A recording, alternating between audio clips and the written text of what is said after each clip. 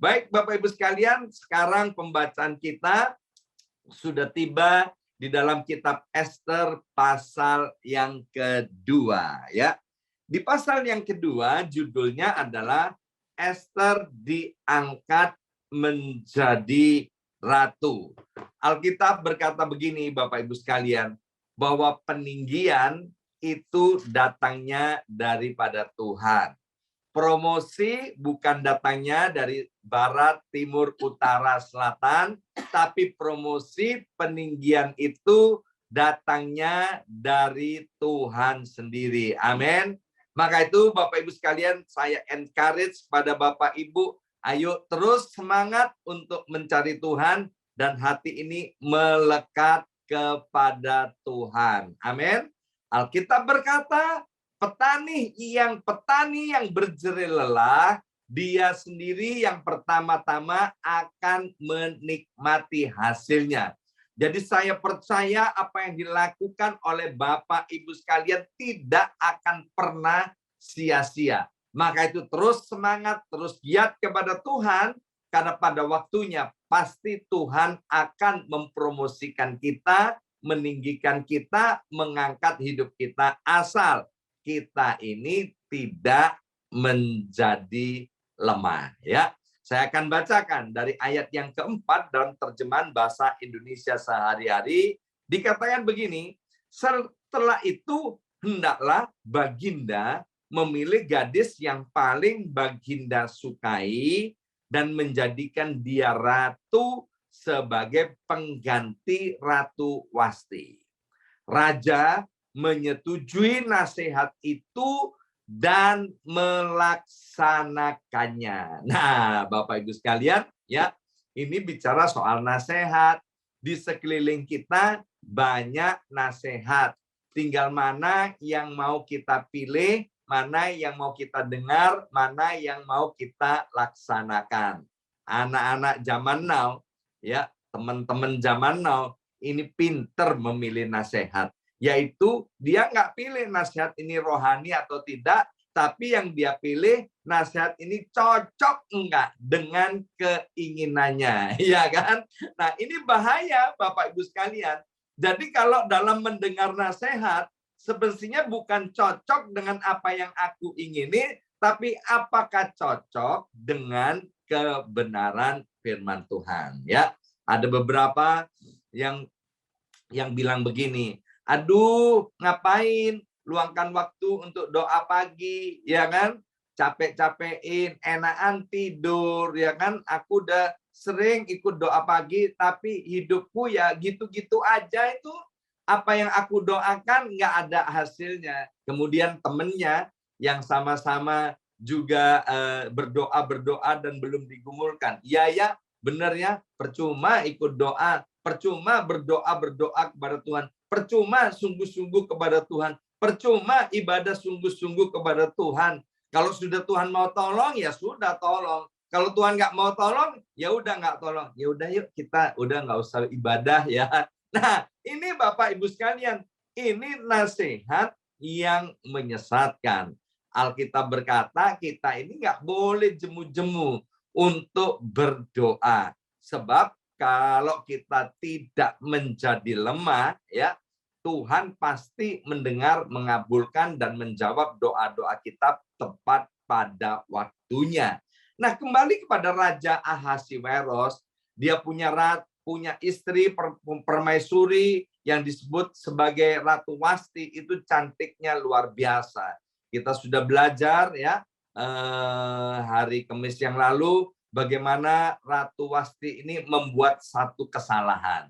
Dia tidak taat, dia tidak tunduk, dia tidak hormat kepada suaminya, yaitu Raja Ahasiweros.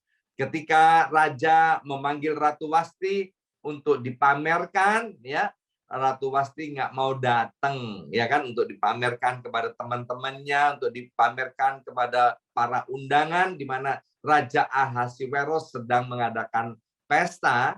Maka Ratu Wasti tidak mau datang, dan memang itu nggak boleh, itu adalah salah, saudara, ya kan? Nah, kemudian di dalam kegusarannya Raja tanya kepada penasihat-penasihatnya, sebaiknya gimana ini? Aku ini harus bertindak apa nih? Istriku permaisuri yang aku cintai berbuat begini.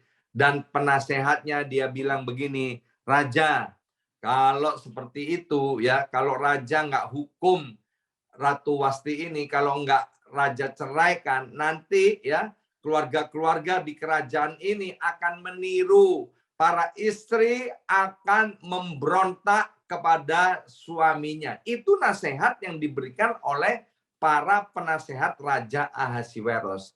Dan Raja Ahasiweros nanggut-nanggut. Iya ya, benar juga ya nasihat itu. Nah, semestinya kalau raja itu tanya kepada saya, ya kalau seandainya pada waktu itu saya ada di sana dan dia tanya, Pak Yongki, gimana nasihatmu? Oh, saya bilang Ratu Wasti memang salah, ya kan?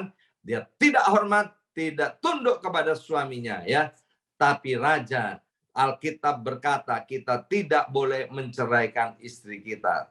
Tuhan berkata kita harus mengampuni orang yang bersalah kepada kita. Kita harus mengasihi, beri kesempatan lagi kepada ratu, ya kan? Ampuni dia, dia kan sudah jadi istri raja, dia kan jadi ratu. Kalau raja melakukan itu, maka nanti keluarga-keluarga di kerajaan ini, para suami juga akan mudah untuk mengampuni kesalahan istrinya. Sehingga dengan demikian, keluarga-keluarga di kerajaan ini akan semakin kokoh. Sebab kalau keluarganya kuat, kotanya akan kuat. Kalau kotanya kuat, kerajaan Baginda akan kuat. Itu kalau minta nasihat sama saya. Sayang sekali saya nggak ada di situ, ya kan? Sehingga nasihat yang diberikan, nasihat yang salah. Dan kemudian apa yang dikerjakan oleh raja, saudara? Dia benar-benar menceraikan istrinya, yaitu Wasti itu, saudara. Maka itu Bapak Ibu sekalian, kita harus hati-hati dalam mendengarkan nasihat, ya. Kita harus mengerti akan firman Tuhan.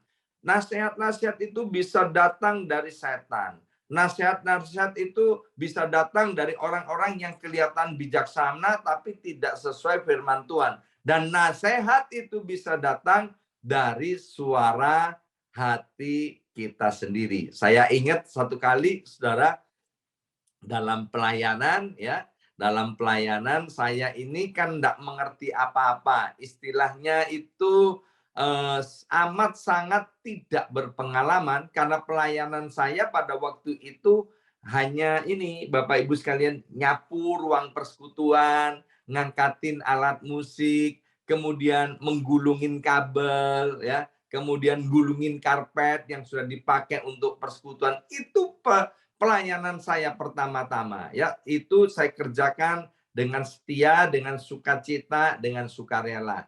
Sampai satu saat ada pembicara top terkenal datang ke persekutuan itu.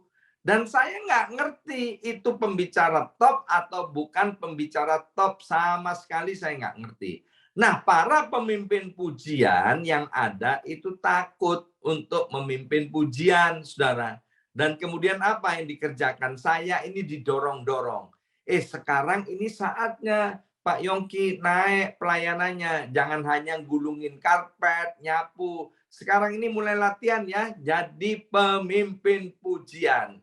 Jadi istilahnya begini, saudara, saya dijongkroin, disorong begini. Kenapa? Karena para pemimpin pujian yang ada takut, gentar melihat nama besar dari pembicaranya. Dan saya, ya, karena diberi kesempatan untuk melayani, ya sudah, ini kan kehormatan. Karena saya memandang bahwa boleh ada di dalam hadirat Tuhan, melayani Tuhan, itu adalah satu kesempatan. Sebab saya memandang Tuhan itu hidup, Tuhan itu maha hadir, Tuhan itu raja di atas segala raja. Maka saya langsung melayani sebagai pemimpin pujian, ya. Dan sejak saat itu Tuhan terus angkat dalam pelayanan saya dari memimpin pujian, kemudian menjadi pembicara, dan kemudian Tuhan percayakan lagi menjadi gembala, ya. Mengapa? Karena saya mau menuruti nasihat akan firman Tuhan. Firman Tuhan berkata, kalau kamu setia sama perkara yang kecil, Tuhan akan percayakan perkara-perkara yang lebih besar. Ya, jadi yang pertama, Bapak Ibu sekalian, dalam mendengarkan nasihat harus kita pilih dan pilah. Yang harus kita pilih yaitu dengarkan dan turuti nasihat yang hanya sesuai dengan firman Tuhan. Sebab yang sesuai dengan firman Tuhan pasti baik untuk hidup kita hari ini maupun hidup kita di hari-hari yang akan datang. Itu yang pertama. Yang kedua, mari kita akan baca dari kitab Ester pasal 2 ayat yang ke-7. Dikatakan begini, Mordekai mempunyai saudara sepupu, seorang gadis yang berwajah cantik dan bertubuh molek, bernama Ester. Sedang nama Ibraninya ialah Hadasa. Orang tua Ester sudah meninggal dan ia menjadi anak angkat Mordekai dan diasuh sebagai anak kandungnya. Ya, di sini ada nama seorang pria yaitu Mordekai. Jadi kalau Bapak Ibu membaca kitab Ester, maka kita akan mengetahui bahwa Mordekai itu punya peranan yang sangat penting di kitab Ester. Siapa Mordekai? Ternyata Mordekai ini adalah tawanan.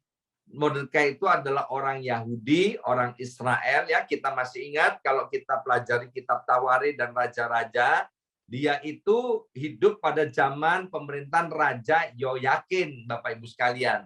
Jadi Mordekai dan orang-orang Israel pada zaman pemerintahan Raja Yoyakin ini ditangkap, ya, dan kemudian dibuang ke negara Babel, ya. Jadi Mordekai ini adalah orang buangan. Mordekai ini adalah tawanan. Nah, di dalam pembuangan itu ternyata yang ikut dibuang seorang wanita yang bernama Hadasa atau Ester. Siapa Ester? Ternyata bapaknya Ester dengan bapaknya Mordekai itu bersaudara. Cuman Ester itu masih kanak-kanak, masih kecil, sedangkan Mordekai sudah tua. Maka kemudian Mordekai itu mengambil Ester ini sebagai anaknya, ya, padahal kan sepupu. Maka meskipun di negeri asing, Mordekai itu merawat Ester sedemikian rupa, ya. Jadi dia tidak pilih kasih, dia memberikan kasih dan perhatiannya, dia membesarkan, mendidik Ester sedemikian rupa, ya. Sehingga pada waktunya kemudian kita tahu Ester ini menjadi ratu, ya, diangkat menjadi ratu, dipilih oleh Raja Ahasiweros untuk menjadi permaisuri, ya. Pesan moralnya apa? Pesan moralnya adalah begini, Bapak Ibu sekalian, kita ini dalam melakukan segala sesuatu, saya tidak pernah bosan-bosan mengatakan bahwa kita harus melakukan segala sesuatunya seolah-olah untuk Tuhan, ya. Sebab daripada Tuhanlah kamu akan menerima upahnya. Saya juga berpesan kepada guru-guru sekolah minggu di gereja BMC New York. Saya bilang, ya, kamu nggak akan pernah tahu anak-anak di sekolah minggu ini nanti besarnya akan jadi apa. Tapi sekarang kalau kamu dipercaya untuk melayani, mendidik anak-anak di sekolah minggu, lakukan dengan excellent, lakukan dengan sebaik mungkin, berikan yang terbaik. Siapa tahu one day, ya kan, ada di antara anak-anak sekolah minggu itu jadi presiden Amerika, ya kan, jadi konglomerat, jadi orang penting yang ada di Amerika Serikat yang bahkan menjadi berkat buat seluruh dunia, ya. Kita tahu Presiden Jokowi itu adalah seorang yang dari desa, ya. Dari orang desa, saudara, kurus, kering, kecil, kerempeng, ya. bukan orang siapa-siapa Jokowi itu, Saudara. Hari ini dia menjadi Presiden Republik Indonesia dan guru-gurunya yang masih SD, yang masih hidup, Saudara, dia bangga melihat bahwa ternyata salah satu anak didiknya tidak pernah dia duga-duga bisa menjadi presiden, ya. Hari ini Bapak Ibu sekalian, apa saja yang Tuhan percayakan kepada kita, entah kita bekerja sebagai karyawan, karyawati, kita bekerja sebagai kaum profesional, kita bekerja sebagai pengusaha, atau apa saja, ya, apa saja yang kita kerjakan, baik di rumah, di tempat kerja, maupun di jalanan, mari kita berikan yang terbaik, ya, seolah-olah semuanya untuk Tuhan.